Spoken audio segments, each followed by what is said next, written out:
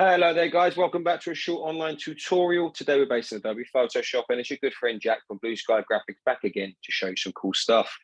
What I want to do today guys is show you this very simple text effect within Adobe Photoshop. And what I'd like you to do is to take what I do today and create some amazing stuff within your own graphic design career.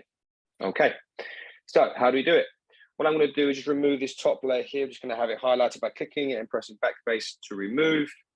I've got an original copy of the typography here. Just need to zoom out a little bit.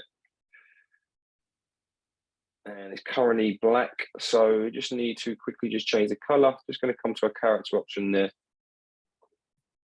And click here, there we go. And let's turn that to white so we can see what we're doing. Fantastic.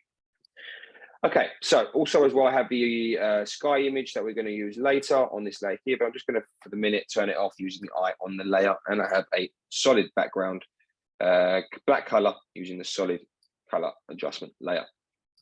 Okay, so currently at the moment, this typography is typography. But what I need to do now is to create this into shapes. So very simply on that typography layer, I'm going to go right click. And then we're going to see here we have the option to convert to a shape. Wonderful. Now, using my direct selection tool, I'm just going to select some of these anchors, be random with it. I'm just going to take these two anchors here and just using my arrows on my keyboard, I'm just going to press up here, just like so.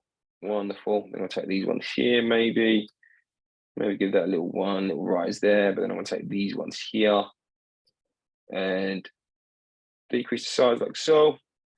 Let's take the K here. Let's move that up. Lovely. Maybe a little bit higher. And let's take the bottom of the Y here with the direct selection tool yet again, and just using my arrow keys on my keyboard. And now I'm pressing down. Okay. So now that I've created my effect, what I want to do is place this sky image within inside of my typography. So what I need to do is create a clipping mask. So the first thing I need to be aware of is the image needs to be above typography. So just using my mouse, I'm just going to click and drag it above it like so. And the shortcut to create a clipping mask is Option on a Mac or Alt on Windows. As you can see, you get that little icon when you hover to that layer.